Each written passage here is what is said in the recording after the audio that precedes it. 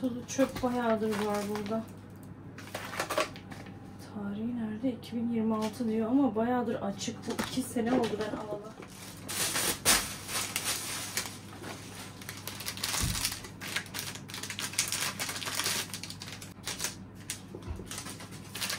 Bunların tarihi ne? 2025 11.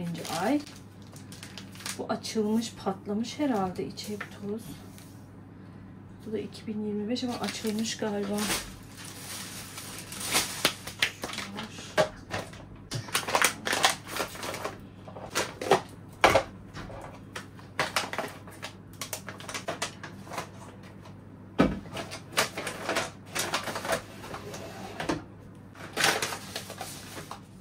Şu da keto yaptığım zaman, keto diyet yaptığım zamanlarda Hindistan cevizi unu. Bu da 2025 8. aymış. Kalsın bakalım şimdilik.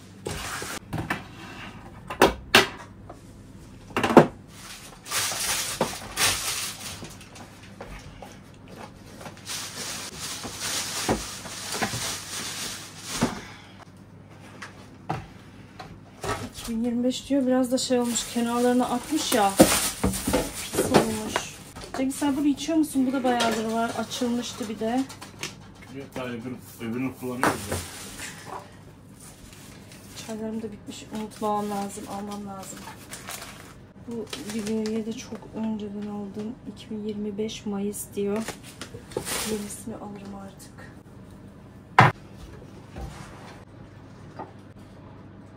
Bunun da tarihi nerede yazıyor? 2024. Of geçmiş bunun tarihi. Bunlar ekşisinin tarihini bulamıyorum. Bu da bayağıdır var bizde. Bayağı var bu. Çöp bu. Sirkenin tarihi var mı? 2027. Kalabilir.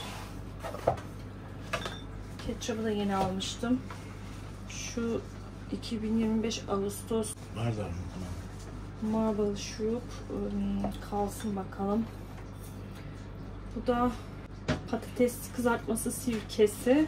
Bunun tarihi nerede acaba? Bu da bayağı oldu ben alalı. Red Malt Vinegar. Onun tarihi orada var.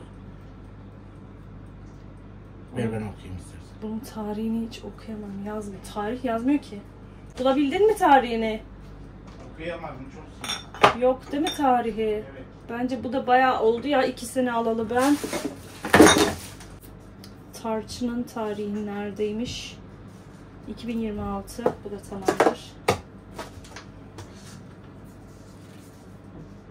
Bu da 2025 12. ay. Fazla tüketmiyorlar. Fıstık ezmesi. Bunu zaten yeni aldım. Şafak'ta öksürüyor diye Manuka balı almıştım. Az önce verdim hatta onu. Bir de zencefil çay yapmıştım. Ama zencefil çayının içine koymadım o balı. Balı kaşıkla verdim. Çayı da ayrıyetten içirdim. Şu da şurada. O bal işte.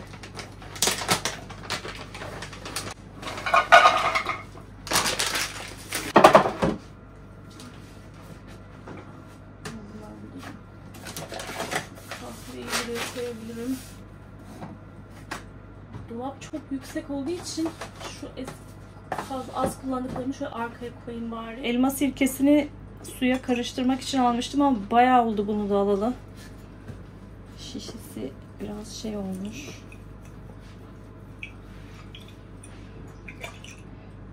Tarihi nerede bunun Tanay? Buradaymış. Geçti bence. 2023. Geçmiş Tanay bu. Burası böyle düzenlendi, toparlandı, ferahladı bayağı bir. Şu kadar bir poşet bayağı ağır. Ivır zıvır çıktı yani. Şu şişeyle pizza kutusunu şimdi attım da diğerleri bayağı bir dolaptan çıkan çöp. Gereksiz ve tarihi geçmiş veya az kalmış tarihi olan şeyler. Fena trafiğe takıldım. Hatta öndeki arabalardan bazıları döndüler geri bu tarafa. Bayağı trafik. İnşaat çalışması olabilir. Kesin ondandır. Büyük ihtimal inşaat çalışması var. Yol çalışması vardır yani daha doğru. Hiç ilerlemiyor. Karşıdan arabalar geliyor ama buradan hiç giden yok. Ben de döneceğim. Biri daha dönüyor. yön değiştiriyor. Ben de döneyim en iyisi. Çocukları okula bıraktım. Eve geldim, kahvemi aldım. Dedim gideyim Türk marketine alışverişimi yapayım biraz. Tek tük alışveriş yapmam gerekiyor. Çok fazla bir şey yok da. Oradan da lahmacuncudan lahmacun alayım dedim ama trafikte kaldım şimdi. Artık dönüş yapıp gitmeye çalışacağım. Bayağı kuyruk olmuş. Döndüm artık. Yönümü değiştirdim. Bayağı kuyruk uzamış arkada yani. Artık başka yoldan gitmeye çalışacağım bakalım. Aslında diğer yolda bizim orada iki yol var buraya gelmek için. Ben buradan gelmeyi tercih ettim. Keşke öbür taraftan gitseydim. Neyse. Var ya, saat 10 oldu. 9.30'dan beri buraya gelmeye çalışıyorum ya. Neyse.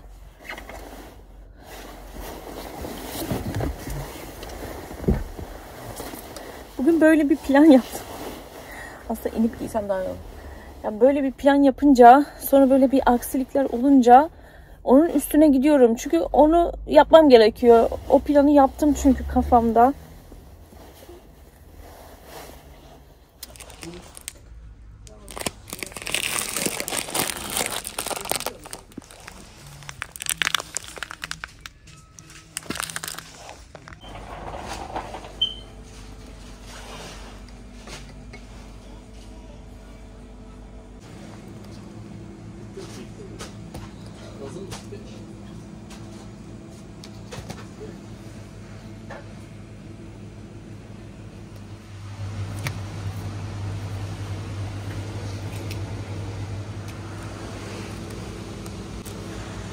Kaynanam çökelek getirecek zaten. Almama gerek yok. Dilimlenmiş şurada.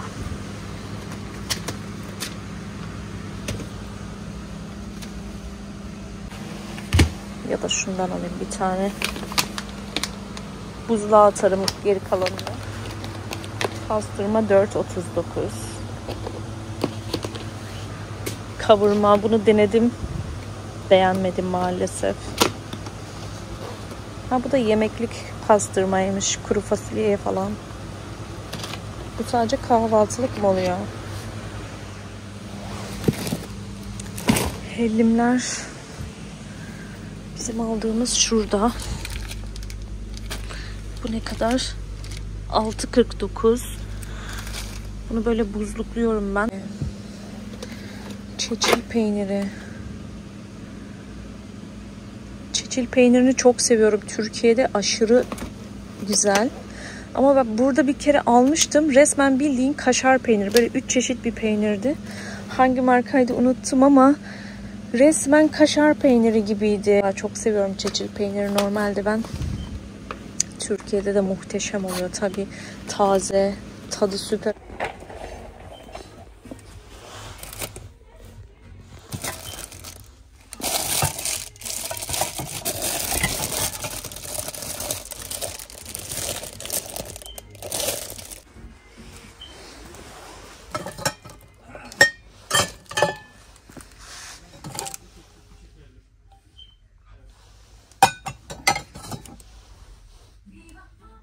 Bunun şu sapı sağlam olmaz herhalde. 8.99. Bu iyi çeliği çünkü şunlar ince. Şunlar ince maalesef ve hafif. Şunlar iyi. Ben çünkü cezvemi yaktım. Ocakta unutmuşum. Bunlar ağır, iyi.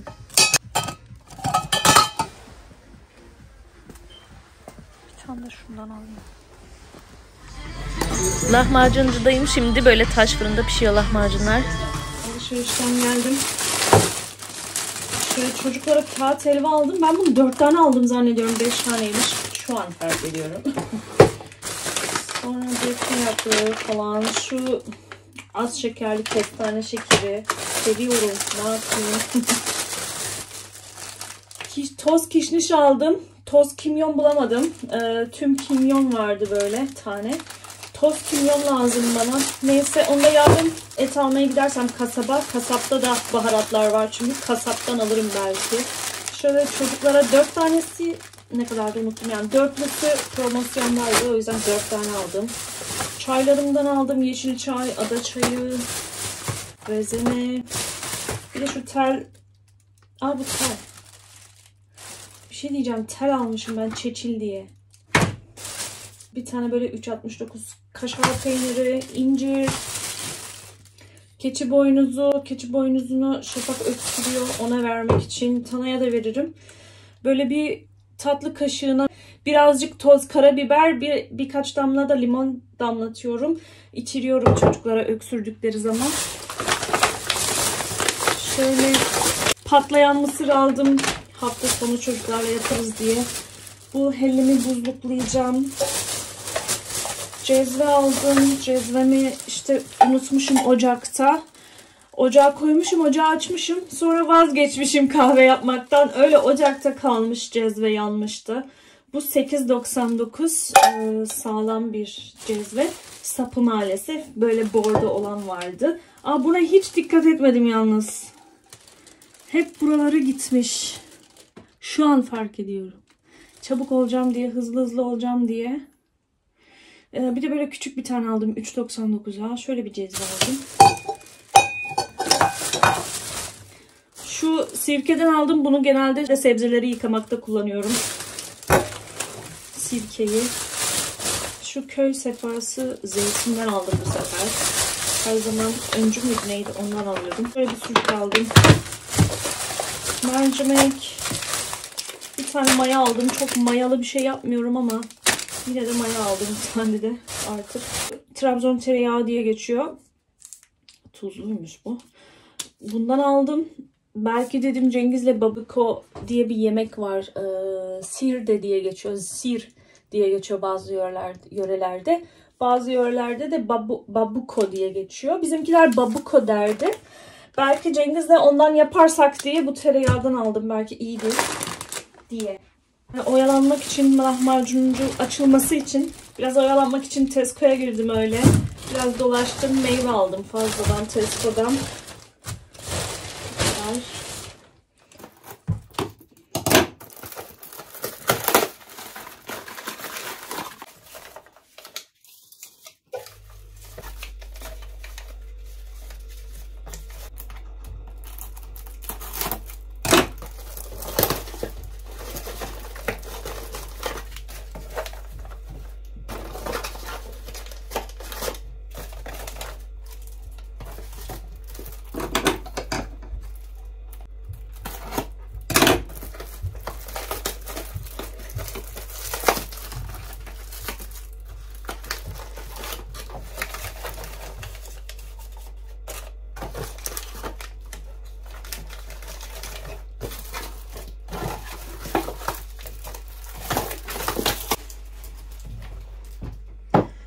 Şöyle lahmacunlar şöyle soğusun birkaç tanesi çünkü buzluğa atacağım. Birazını buzluğa atacağım. Diğer birazını da yarısını da bugün yeriz. Şöyle soğusun. Soğuduktan sonra atabilirim buzluğa. Böyle soğur bu kendisi. Bir de pide hediye ettiler. Kız bana pide hediye etti sağ olsun. Hatta bir tane daha vereyim mi dedi de laf karıştı araya. Neyse. Dedim vallahi alırım. Gözümde kalmıştı zaten. Dedi ki çok beklediniz, size bir tane pide hediye edeceğim. Öyle. Satıyor musunuz diye sordum. Satıyorlarmış. Tanesi 1 pound'dan satıyorlarmış lahmacun dünyasında.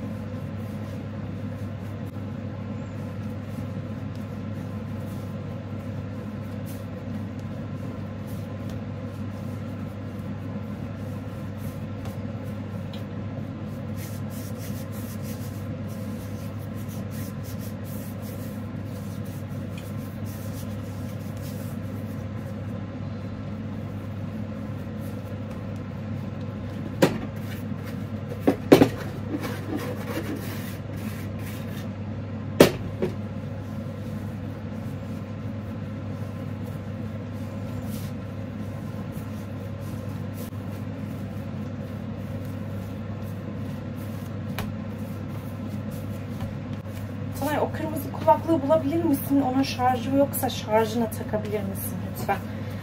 Kırmızı kulaklık var ya, hani o kitaplıkta, senin kitapların alt rafında şey var. Sepet var ya Tanay. O sepetin içine bak, orada. Ha anne, ben bu kulaklığı hatırlıyorum.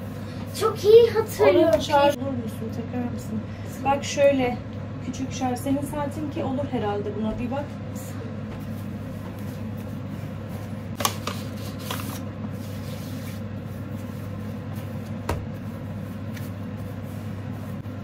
Aslında bu hamurla güzel çiğ börek de yaparız. Bir dahaki haftaya mesela çiğ börek yapabiliriz bu hamurla Tanay. Kıymalı börek. Yummy. Ama kızartmalı. Ben kıyması çok aşırı seviyorum. Ama kıymalı börek de seviyorum. İkisi aynı tat veriyor. Sen patatesleri ezebilir misin? Evet. İyi, al git bu tarafa sandalyeyi. Al çatalı. Aslında patates ezici alsak iyi olur. Al şununla ez böyle bak. Şimdi 20 dakika bekleteceğim.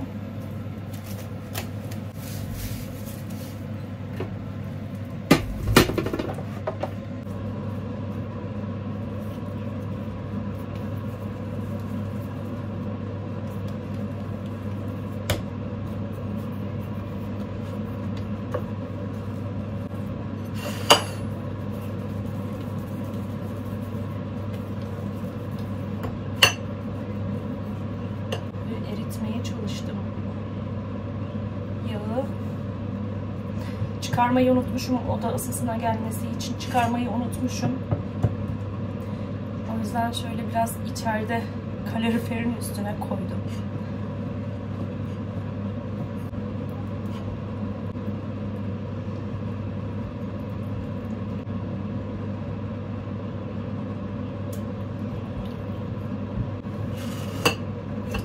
Kapatmıyoruz galiba, anladığım kadarıyla öyle bir şey göstermedi çünkü. 20 dakika böyle dinlenecekmiş. İngiliz matematik mi?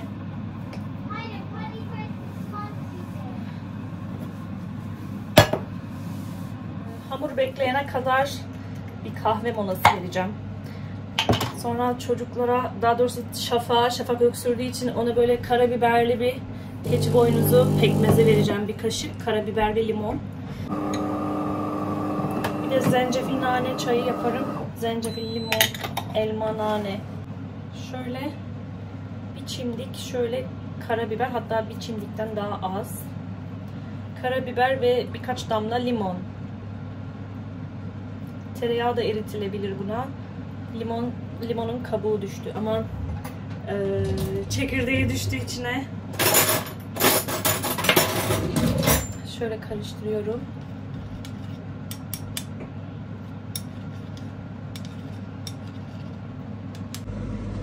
Şöyle kaynadı. Kaynadıktan sonra kenara çekiyorum. Burada bekletiyorum iyice suya özünü versin diye.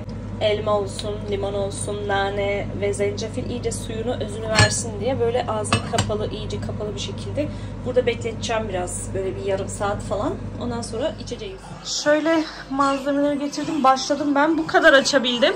Çocuklar da PlayStation oynuyor. Bu kadar açabildim. Aslında açılır daha fazla ama işte yerim dar maalesef. Evet, böreğim oldu. Üzerine yumurta sürmedim. Zaten videoda da kalan yağı sürmüştü. Ben de öyle yaptım. Bundan önceki yaptığımda yumurta sürmüştüm diye hatırlıyorum. Evet. Bundan önce yine aynı tariften yapmıştım. O zaman yumurta sürmüştüm ama. Bu güzel oldu bence. Çıtır çıtır oldu. Çıtır çıtır oldu. Şimdi keserim. Yerler çocuklar. Yanına da kefir var. Kefir de doldururum, yerler. Şöyle nefis çıtır çıtır. Yani kesmeye kıyamıyorum resmen. Çünkü dağılıyor çıtır çıtır. Olduğu için dağılıyor, ufalıyor şöyle. Sana yer onları. Evet, bugün lazer yapacağım. Şu Philips'in lazer aletini almıştım ben. Yüz başlığı var bunun. Yüzümü bu başlıkla yapıyorum. Şu an sadece yüzümü yapıyorum. Çünkü yüzüm çok önemli. Yani bunlar aşırı hızlı çıkıyordu. Bunu kullandıktan sonra döküldü. Şu üsttekiler döküldü. Altta da tek tük var biraz. Ama sadece ucu gözüküyor. Yani 2 güne bir uzardı. Baya böyle belirgin olurdu. Uzun olurdu. Şu an sadece uçları gözüküyor şu alttakilerin. Ve beyazları görmediği için makine beyaz tüyleri görmüyor maalesef. Beyazlar uzuyor. Ama beyazları cımbızla hayatta çekmeyi düşünmüyorum artık. Sadece yüz jiletiyle alacağım beyazlarımı. O beyaz tüyleri. Kesinlikle cımbızla çekmeyeceğim. Çünkü çoğalıyorlar maalesef cımbızla çekince. Yüzümü şimdi temizledim. Tüyleri yüz jiletiyle temizledim. Şimdi jelimi süreceğim. Şu jelden. Yüzüm ne olur ne olmaz yanmasın diye. Cengiz'le Şafak da pastaneye gittiler. Pasta almak istediler. Benim de canım ne yalan söyleyeyim kadayıf çekti. Şuralarımda çok sert, çok kalın çıkıyordu şuralarımda. Döküldüler. Bu 3. yapışım. Şu an bu 3. yapışım. 2. yapışımda yani etkisini gördüm. Yüzümde de hafif tüyler var. Onları da görüyordur herhalde. Sonuçta görmeden zaten makineyi çalıştıramıyorum. Tüyü gördükten sonra atıyor. Şu bölgeleri de yapacağım da bakalım bir dahakine başlarım. Çünkü yüzümü jiletlemek için şu makineyi kullanıyorum. Bu da pek iyi almaz. Oralar biraz uzun olduğu için pek iyi almaz.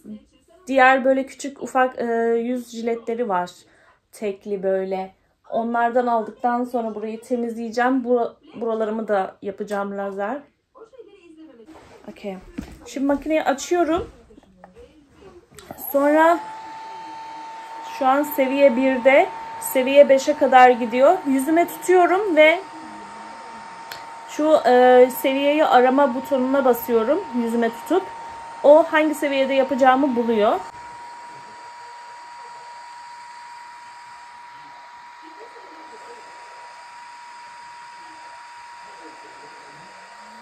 Seviyeyi 4'ü buldu ve bunu okeyliyorum.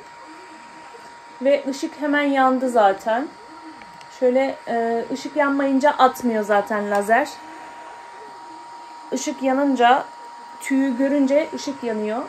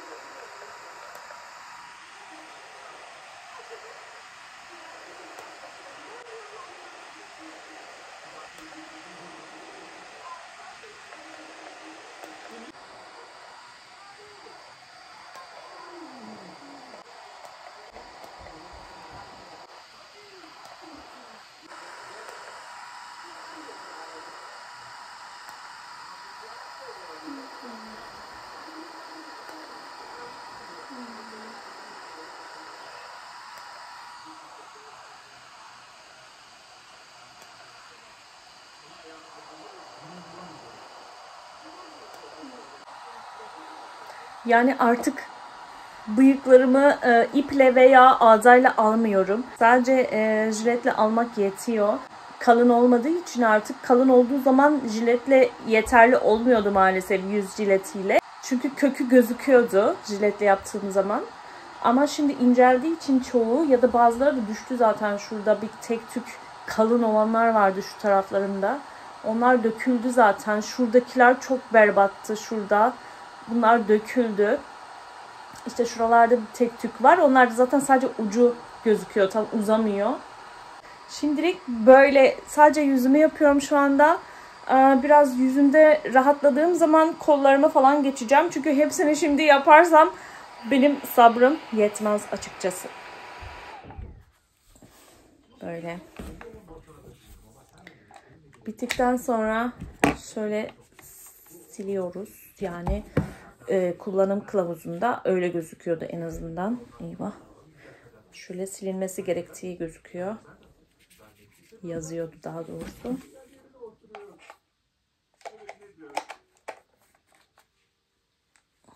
Böyle.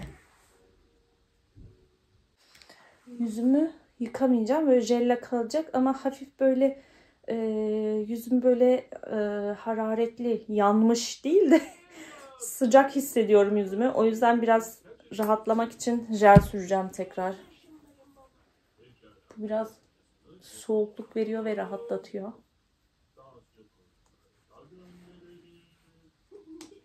Yüzümü yıkamayacağım yarına kadar. Yani sabah mecbur yıkamam gerekiyor ama benim lazer epilasyona gittiğim zaman lazer merkezine bir gün,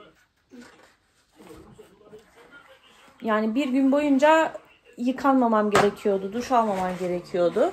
O zaman full body gidiyordum ben. Ben cımbızla aldığım için çoğaldı diye düşünüyorum.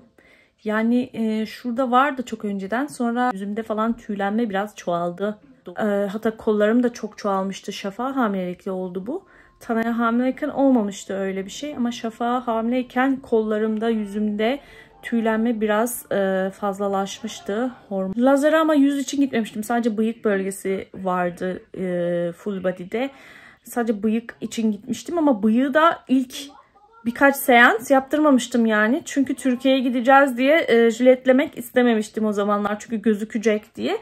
Cesaret edememiştim ama aslında boşuna yapmışım öyle. Gidermiş yani. Gerçekten çok rahat hissediyorum kendimi. İyi ki almışım lazeri. Çok memnunum.